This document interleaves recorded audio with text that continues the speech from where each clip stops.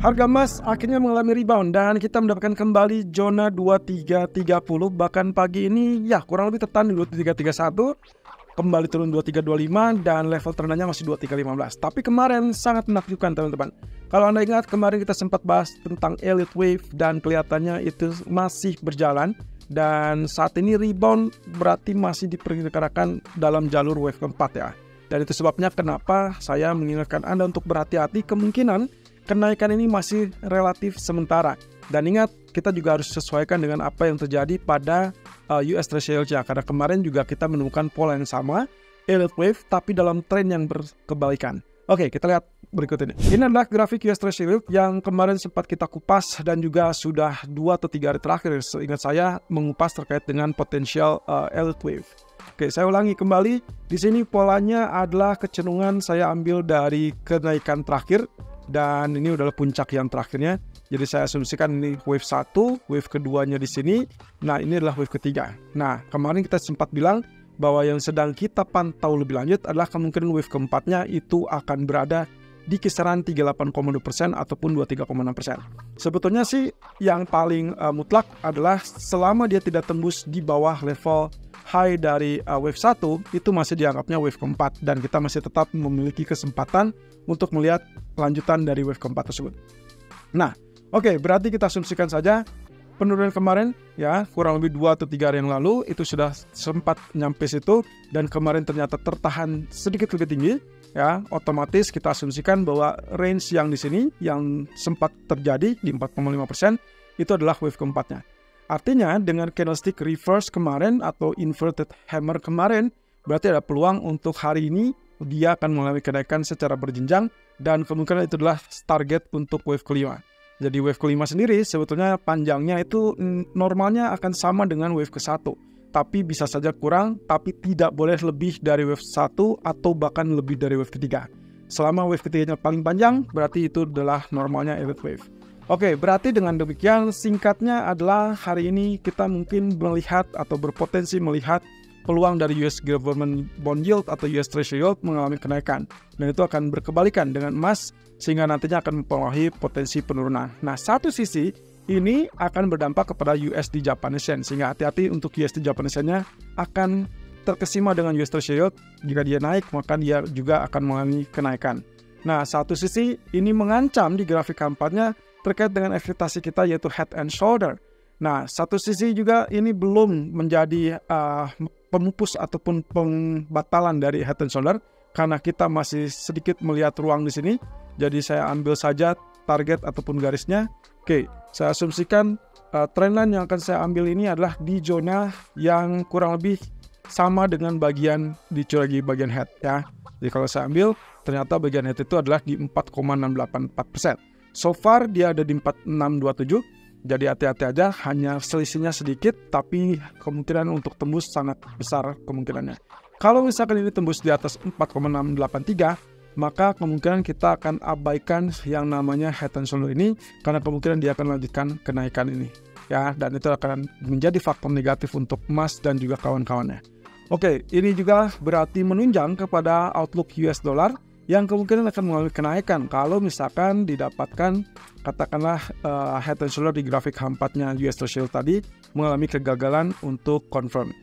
Nah, di satu sisi kemarin juga sebetulnya kita sedang memantau lebih lanjut apakah ini betul-betul triangle dan confirm naik apa tidak. Ternyata confirm turun ya. Satu sisi penurunannya juga ini agak menakutkan sebetulnya. Kalau kita asumsikan yield akan mengalami kenaikan, maka US dollar berpotensi juga akan mengalami kenaikan. Jadi saya asumsikan tidak terjadi triangle. Kalaupun terjadi triangle dia sudah turun ya, sudah confirm turun, tapi tertahan di zona 38,2% Fibonacci retracement yang saya tarik dari bottom ini ke puncak yang ini. Nah, berarti mungkin juga kalau teman-teman menginginkan, teman-teman bisa menggunakan namanya triangle. Di sini adalah potensi resisten yang terbaru dan juga kita asumsikan seperti ini.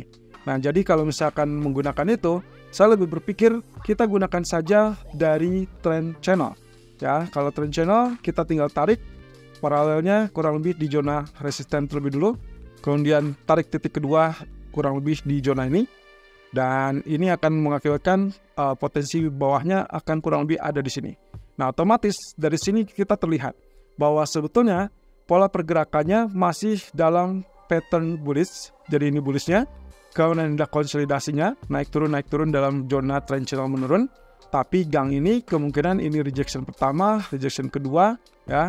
Berarti ini otomatis harusnya naik lagi ke atas. So, penguatan dolarnya masih tetap efektif dan juga US Treasury mendukung, dan nantinya penembusan untuk mencapai atau menjangkau teritori yang sama, dan itu berarti di atas 106.50 sangat potensial. Dan artinya pula tekanan untuk emas masih belum selesai, teman-teman. Nah, ini pula yang akan mengakibatkan kita harus sesuaikan dari grafik daily-nya. Karena kemarin ditutup dengan penurunan, tapi hari ini kelihatannya masih optimis bahwa penurunan kemarin itu adalah sekedar koreksi dari candle yang tercatat sebagai long candle ini, teman-teman. Nah, ini berarti dia tertahan di zona 50% real body long white candle atau long green candle. Artinya lagi apa? Artinya adalah kecenderungan ini sebagai koreksi, sehingga kemungkinan berikutnya adalah terjadi kenaikan. So, ini mirip dengan status di H4-nya, jadi kita akan lihat sebagai potensi strong US dollar akan kembali terjadi. Nah, ini berarti kalau kita perhatikan status dari gold, grafik H1 yang kemarin kita sempat bahas ada potensi terkait dengan elite wave, nyata-nyatanya memang dia tertahan di zona 2291, jadi kemarin 2295 masih tetap turun tertekan sampai 2291, tapi perhatikan di zona ini dia terjadi pantulan, ya. Pantulan ini saya asumsikan bahwa dia normalnya adalah correction setelah fase penurunan yang cukup panjang ini, ya. Jadi yang panjang ini saya asumsikan sebagai wave ketiga. Jadi wave satunya, ini wave kedua, kemudian inilah wave ketiganya. Nah, otomatis yang terjadi sejak kemarin malam dan juga sampai pagi ini adalah bagian dari zona wave 4.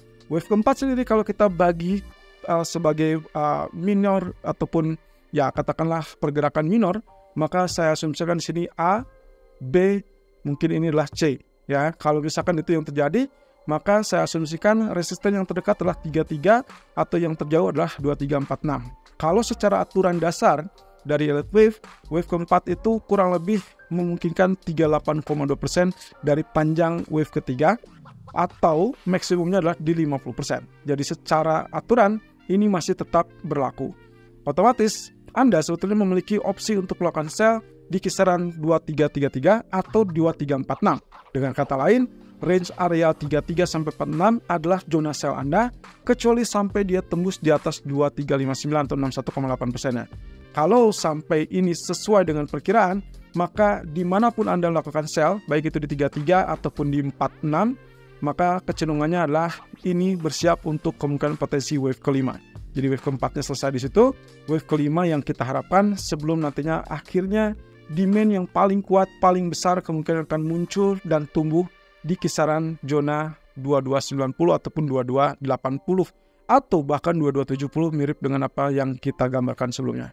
Nah, artinya untuk saat ini saya tidak rekomendasi untuk melakukan buy, kecuali nanti dia berhasil tumbuh dan tembus zona 2359. Selama tidak terjadi penembusan di atas itu, Anda masih tetap diperkenakan sell dengan melakukan SL di atas 2360 tersebut. Nah, tapi juga hati-hati karena potensi ini akan juga sangat bergantung pada data durable goods order nanti malam. Sayangnya, kalau misalkan kita lihat dari grafik daily-nya, candlestick-nya sebetulnya hammer, teman-teman. Jadi sebetulnya ada potensi untuk reversal ataupun mulai kembali tumbuh ekspektasi untuk mengalami kenaikan. Tapi ya, satu sisi juga kita harus melihat di sini saya perbesar long bar ataupun black candle yang terjadi 2 hari yang lalu itu saya asumsikan sebagai resisten. Jadi kita ambil saja di sini zona resisten tengah atau real body 50%, maka itu akan menjadi area yang wajib ditembus kalau ingin ini confirm untuk naik. Jadi selama dia tidak tembus di atas 50%-nya, saya pastikan kenaikannya hanya sekedar retest sesaat dan kemungkinan masih berpotensi turun. Ini adalah 2355, persis dengan zonasi yang tadi kita sebutkan di grafik H1, hanya selisih $4 saja. Nah, satu sisi, kalau kita perhatikan di grafik pound sterling, kejadiannya agak berkebalikan. Nah, kalau kita lihat di sini teman-teman, tempo hari kita memiliki area resisten di zona ini dan ini sudah ditembus. Artinya saya hapus dan kita tidak menggunakan lagi teritori tersebut, sehingga kalau misalkan Anda perhatikan, sebetulnya teritori ini akan menjadi zona support.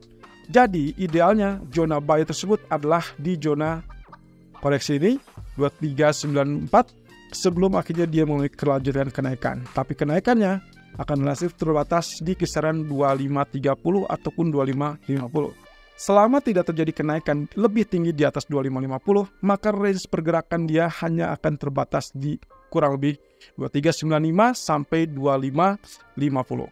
Satu sisi, kalau kita perhatikan dari daily, memang kecenderungannya adalah cenderung kuat untuk reverse naik karena 3 candle terakhir disebutnya sebagai morning star. Dan itu harusnya mampu untuk menguji at least MA 200 ya di grafik daily yang saat ini ada di 1.2560-an. So, indikatornya jelas menunjukkan kenaikan, itu sebabnya masih bisa lakukan buy, tapi saya lebih prefer buy on dip di kisaran 1.2390-an atau 1.2400. Itu yang paling ideal, sampai target maksimalnya adalah 1.2550. Kalau misalkan itu tembus, silakan pertahankan buy-nya, tapi kalau tidak tembus, segera keluar dari posisi buy dan perhatikan lebih lanjut efek data Amerika nanti malam. Dan akhirnya, pada crude oil sendiri, potensi kenaikan memang terjadi. Setelah sebelumnya dia mendapatkan hammer, nah ini adalah zona yang juga mendorong kembali kenaikan di zona tengah 8384. Sayangnya sampai saat ini tidak terjadi kenaikan atau belum sampai 8400.